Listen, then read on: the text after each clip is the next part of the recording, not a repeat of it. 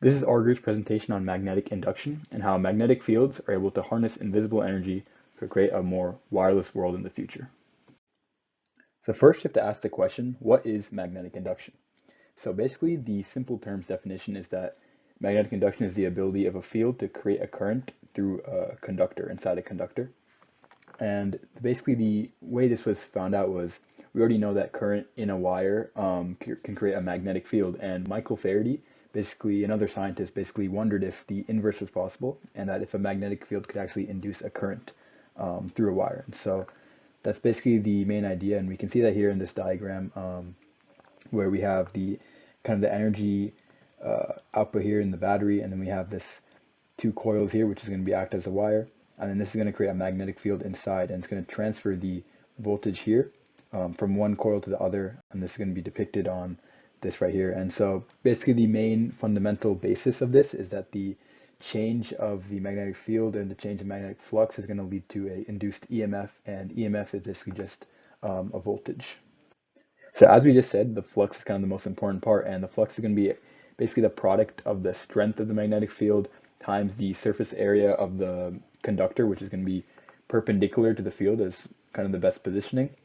And this is because obviously you want the change of magnetic field, and so the most field lines are going to hit this conductor right here when it's basically perpendicular and going straight across. Here we can see a conductor that's parallel, and the field lines are basically just going straight across and not really hitting the coil right here, or the conductor. And so the orientation of the coil is very important because obviously we want the highest chance of a change in magnetic flux. And so the thing with this is that the orientation doesn't have to be very stagnant. Magnetic induction is used in generators where the coil kind of is rotating, or a magnet is rotating, and this induces a lot of change in the magnetic flux and the magnetic field, and that basically induces a lot of current output. And we can see this in the next slide actually. So looking at this video right here from this is from Bozeman Science, and we can see that when he turns on the water right here, it's going to move this magnet, which is going to act as a conductor in this case. And so it's rotating right here.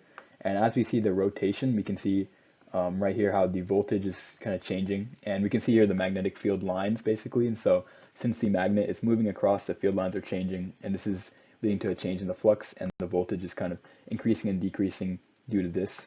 And in larger scale generators, obviously the magnet is going to be moving faster, there's going to be more revolutions, and this is going to lead to more, I guess, changes in the field lines and changes in the flux and a higher voltage output.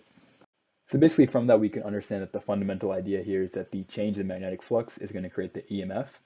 And to basically go more in depth to this, the magnetic induction isn't based on the constant magnetic flux value. So a stagnant conductor, we're not going to really produce a current because of this. And so we can see it also in the next interaction here. And so in this video, this is by pivot interactions. And so it's basically going to have a coil here that we're going to see cross the screen. And so this is actually a square coil, which we usually circle, but this doesn't really change too much in this case. But the square coil is going to go through this metal. Let's say the metal is producing the magnetic field, which we're looking down upon. So it's going to go through the coil right there. And we can see the MV right here, which is the voltage output. And so right as soon as it hits kind of this field, we're going to see a decrease in the MV. And so this is due to obviously the change in flux right here. And it's going to be negative because it's going from a point of no flux, or no, I guess, attachment to the magnetic field, to an attachment. So it's going to be a decreased or a negative value for the flux and for the voltage output. And then the interesting thing we're going to see here is that when it's right on top of the field, there's going to be no change in flux. And so the voltage, as we see right here, is going to be 0 when it's right on top of the field. And so this is basically the fundamental idea that the change is basically what's creating the current, not just a stagnant conductor like this.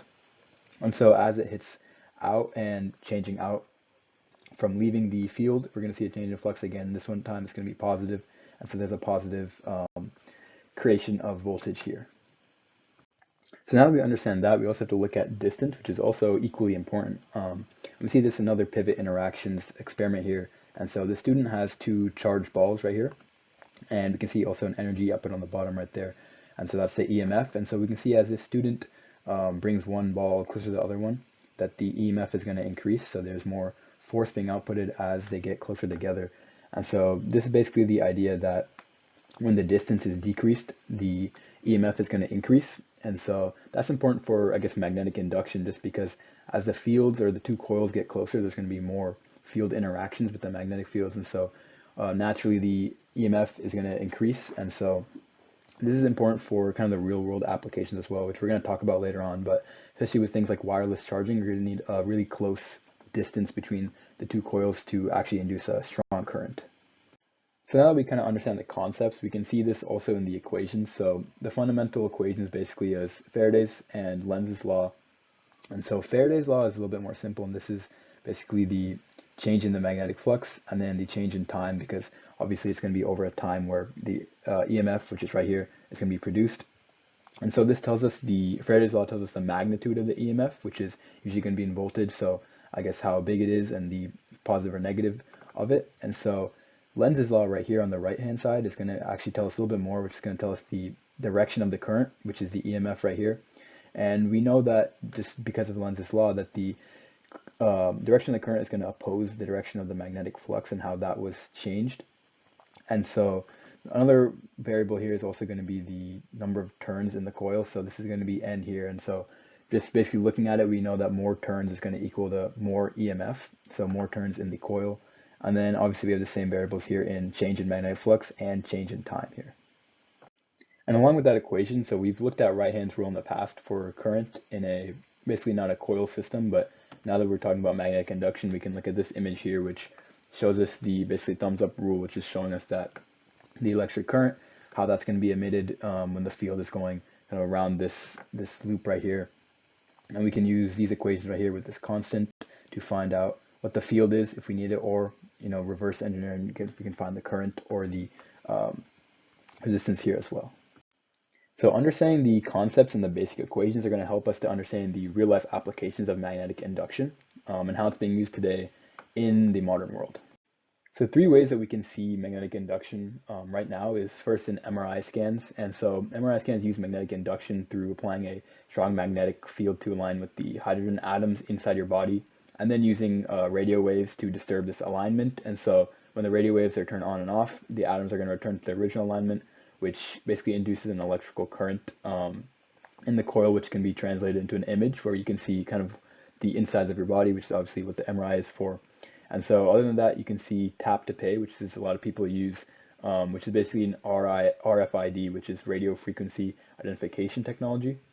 And so the coil in the payment device is going to generate a magnetic field, which is going to induce a current in the coil of the card or I guess your phone in some cases, which can communicate the payment information securely. And finally, we can also look at a guitar pickup, which converts the string vibrations into electrical signals using the magnetic induction. So the strings are going to be made of magnetical material. So when they vibrate above the pickup, they basically disturb the field and induce an electric current, which can mirror the vibrations like frequency and amplitude, and then it's then converted into a sound. So finally, I guess the biggest application of magnetic induction is in wireless charging, which we mentioned a little bit earlier. And so this could be seen as the future of energy transfer. And so a lot of people use wireless charging today with their phones and Apple phones and things like that. And so as we can see right here, we're going to have 2 coils, which is one obviously in the phone, and then in this device which here, which is connected to a voltage. And so that's going to create the field and then convert the EMF out into the phone, and it's going to charge it. And so some of the issues with this is that it's going to need a really close distance, as we talked about before. The distance needs to be really close between the 2 coils. And so that kind of limits the usability of this. But along with that, there's some implementation of wireless charging in EV vehicles today where you can kind of do it with a car in Tesla and things like that. So to look to the future, we can see a company called Victricity, and Victricity is basically trying to do more innovative things with magnetic induction. So in this image right here, we can see this device that's charging all these home appliances, and it's all wirelessly. So they're really trying to be innovative with magnetic induction. Obviously, the biggest drawback here is the distance that's limiting this, but this can be combated with resonance coupling, which is a separate topic, but they're really trying to be more forward in the way that magnetic induction is used in our world today. And so to summarize everything we talked about, is the main idea is that magnetic induction involves the change in the field to the change in the magnetic flux, which can produce an EMF or a voltage in a second coil. And Lenz's law and Faraday's law both help us define values for the field and for the EMF given different variables. And so largely this is used in wireless charging, as we talked about, or in generators with magnets, which we talked about earlier. And so wireless charging and I guess magnetic induction is really big in the world today. And so there's a lot of future and innovative, exciting things that's happening as well.